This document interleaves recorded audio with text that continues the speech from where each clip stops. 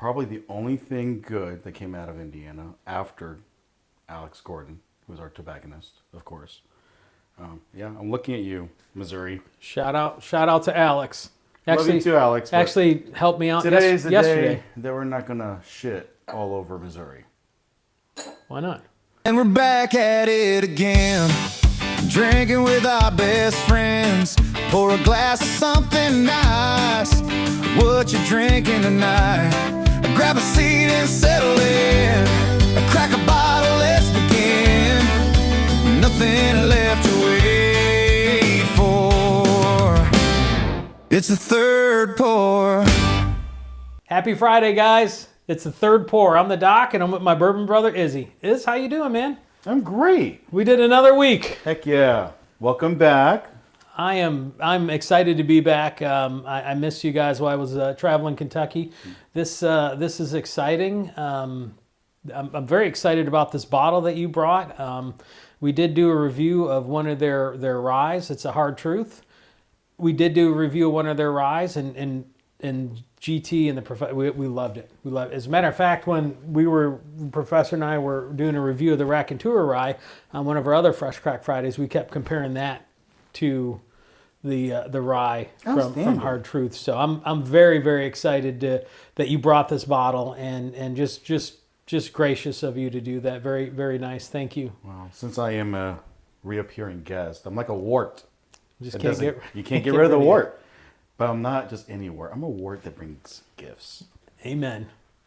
And I love this bottle. I mean, it's a gorgeous bottle. Let's talk about the bottle for a minute. It's kind of like almost like a coffin shape.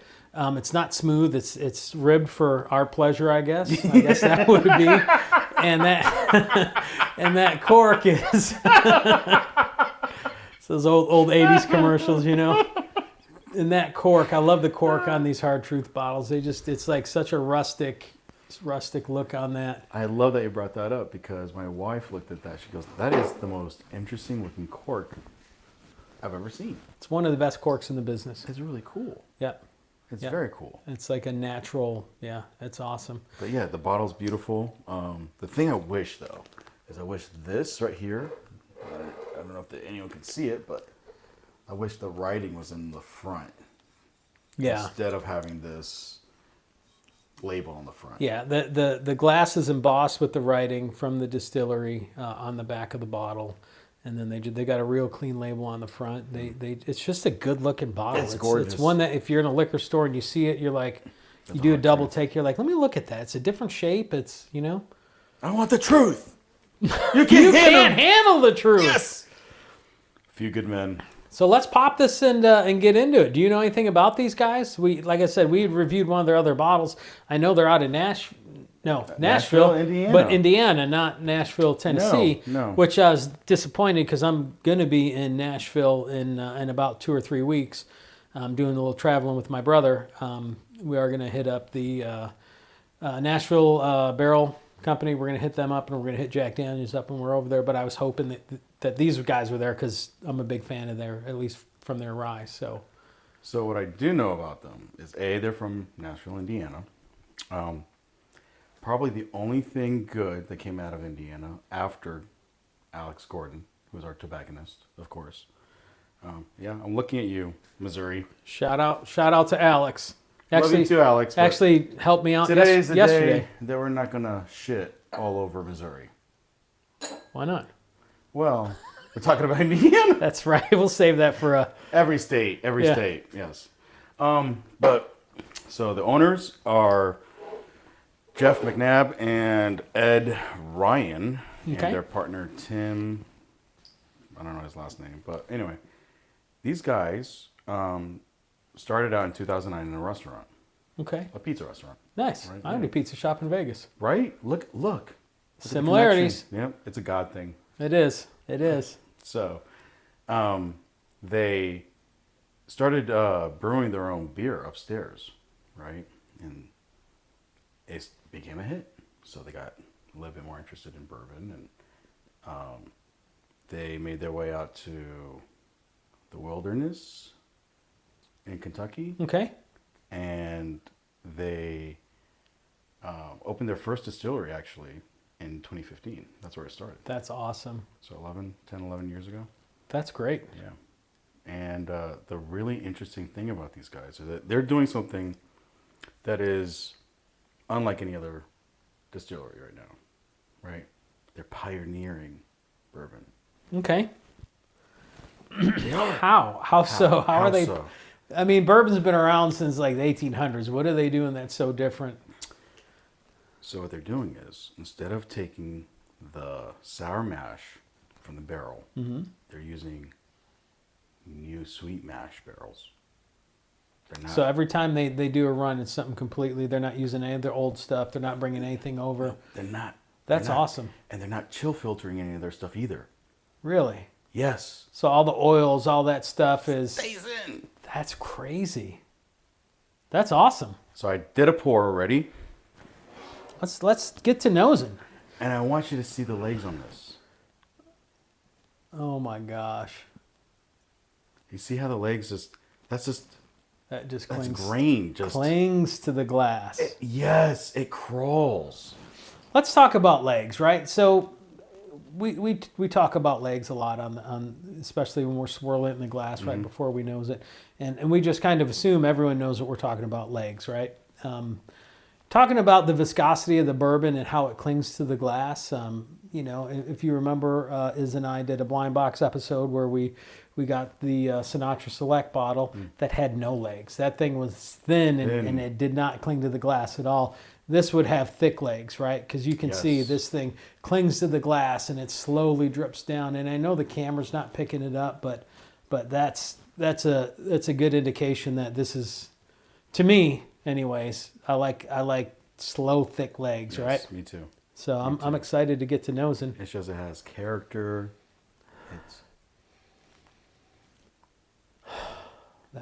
It's like life. You know what I mean? It's hard. And it's a lot I want to say, but I'm going to try to keep it clean. We're early in our recording tonight, so there's a lot of things you know, I'm going to steer away from here. Which, if we were 2 or 3 episodes deep, Yes, absolutely. I'd be all over. It smells fantastic, right? Your classic bourbon profile, right?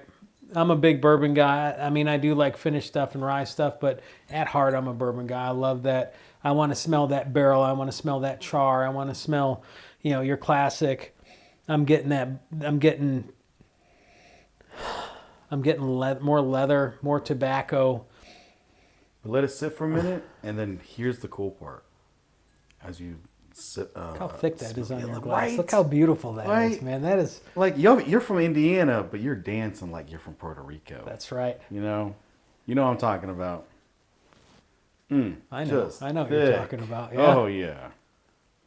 Did you pick anything else up off the nose? So, Oh God, that's my first run was cherry. I got fruit, cherry. You're getting those dark red fruits, though, right? Dark red fruits Yeah. that you would get from a stag or something. And then the weirdest part is when you go a little bit deeper. It's got like a coffee,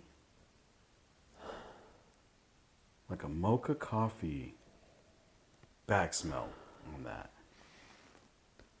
Almost on the back end. I see what you're saying on that. Yeah. It's not almost just caramel. It's deeper than that. deeper. Toffee.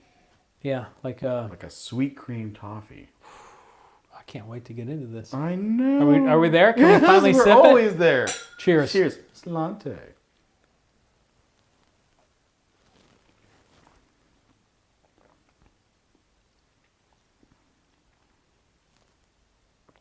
I'm gonna go back in. Hang on. I always like to take 2 sips now. That's fair. You don't have a problem. I have a problem. Oh my gosh.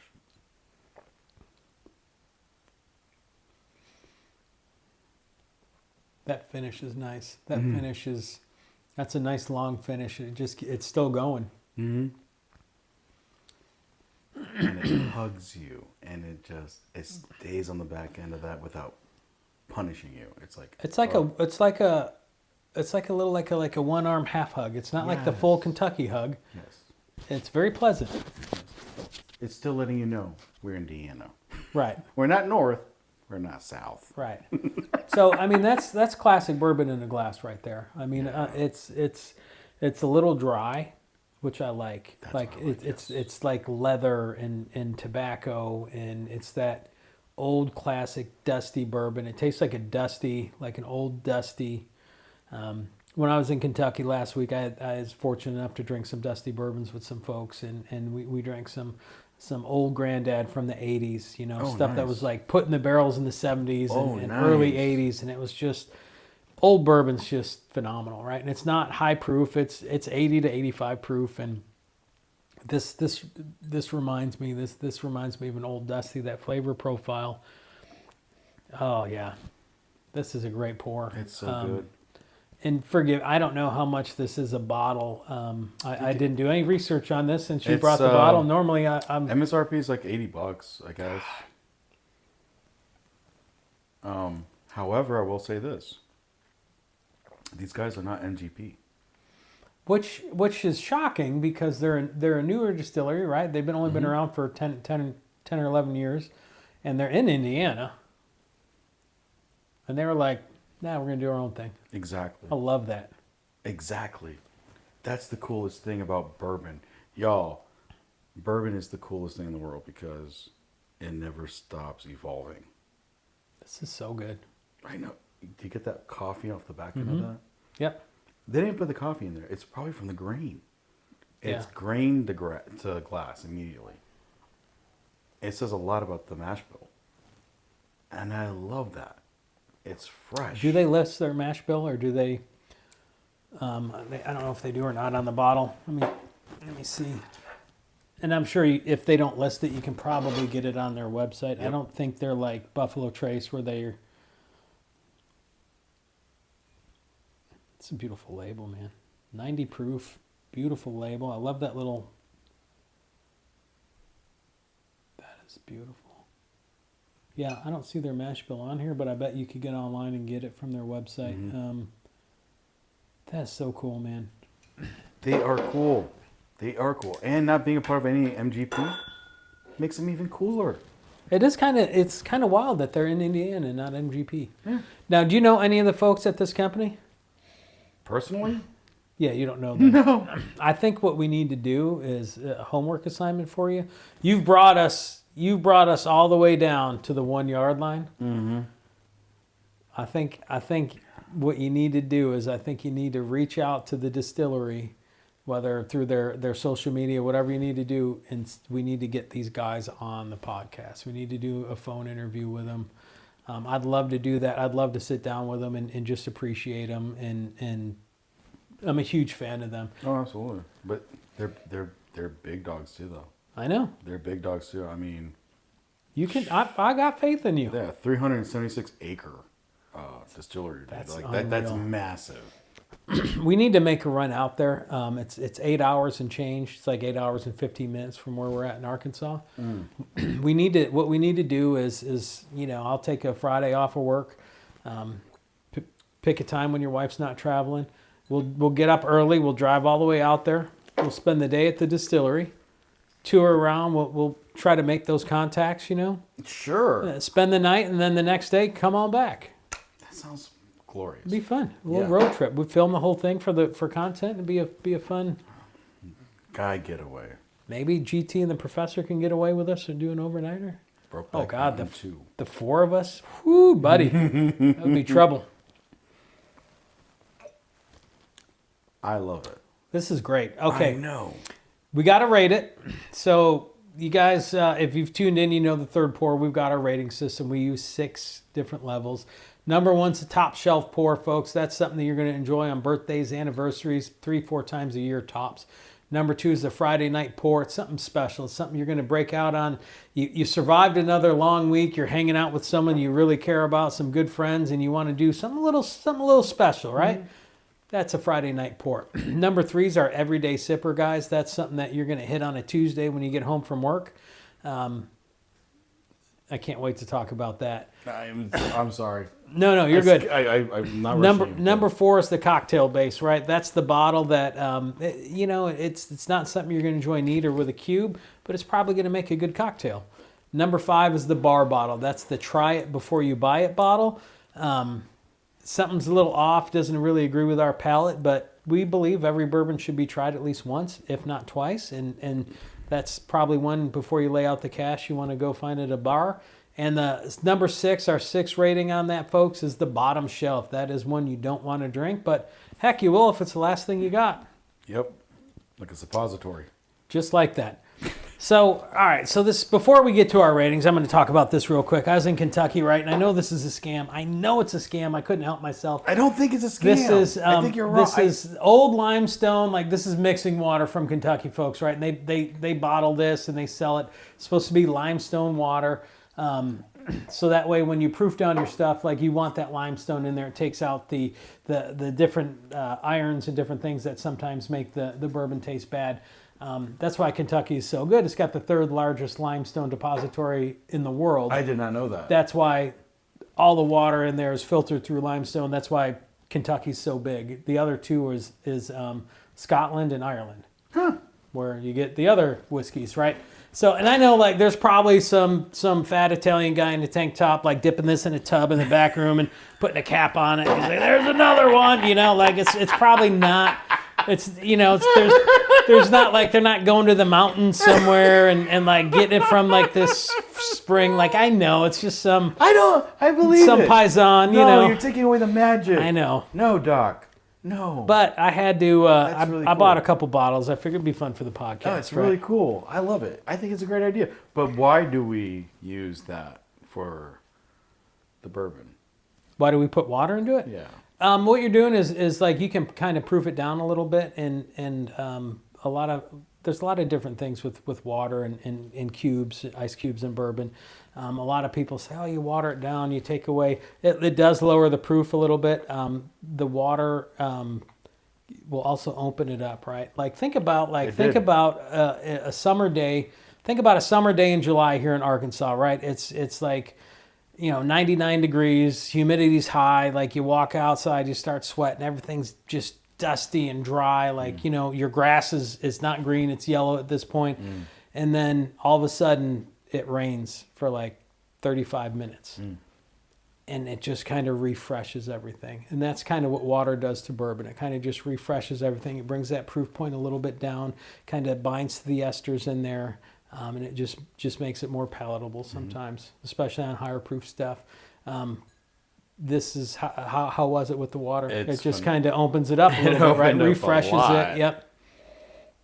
It opened it up a lot. And it's now I'm getting the toffee and the sweet cream on the finish on that. It's stupid crazy. Put a couple drops in. I want to. But the thought of the fact that these guys, instead of doing things the old way, right? They're doing something completely different by innovating. Love that. And using fresh sweet mash and new water in each barrel. That changes the game big time. That did open that up. It does change the game. I agree with you. That is wild. Isn't it crazy? It's a lot sweeter. It's a lot softer. Yes. That's a great pour. It's like putting a filter on like a Culligan filter on your water. Like, your hair is even more softer. Like, okay, yeah. I need to get one of those. I don't have one. For all my hair. You have a lot of hair, Doc. Yeah, it's just not on my head. It's on my chest. So here's where I'm going to rate it, man. For me, I love this bottle. This is an everyday sipper for me. Absolutely. This is one that we don't usually see these in Northwest Arkansas. I've only seen one store that has these, and that was County Line Liquor, Cheers, and it wasn't this version of it. This is something that I'm gonna hunt. I'm either gonna pick it up when I'm in Oklahoma, or I'm gonna pick it up when we're traveling at the end of the month. And I'm pissed that when I was in Kentucky, I saw all these versions of this. They had all of them, and I only brought one bottle back for GT. I didn't get the weeder. I didn't get any of them. Which is okay, because that means we get to go on a boys' trip. We get to go on a boys right to the heart. Girls just want to have fun. That's right. Yes. Where are you going to rate this? Everyday sipper. Everyday sipper. And I have to say this. Shout out to Tyler from Bible Study. He brought their rye, actually. Fantastic. That you guys did. Yep. And everything you said on that podcast. Yeah, that's good stuff. And you have that, yes. Tyler's a good dude. I like Tyler. He's okay. He drives a Rivian. But there you go. Never mind. We kind of like him. Not anymore. Tyler, you're good with us, brother. We love you. You know that. Folks, have you had this pour? Have you tried this? Let us know in the comments. This is phenomenal. If you haven't had this and you have the opportunity to, definitely pick up a bottle. We love it. This is great. Izzy, thank you for bringing this. Really appreciate it. Thank you for having me. Anytime. Guys, thanks for tuning in. That's the third pour. We'll catch you next week. Thank you. Thanks for hanging with your friends. Hope you like what you heard tonight. Time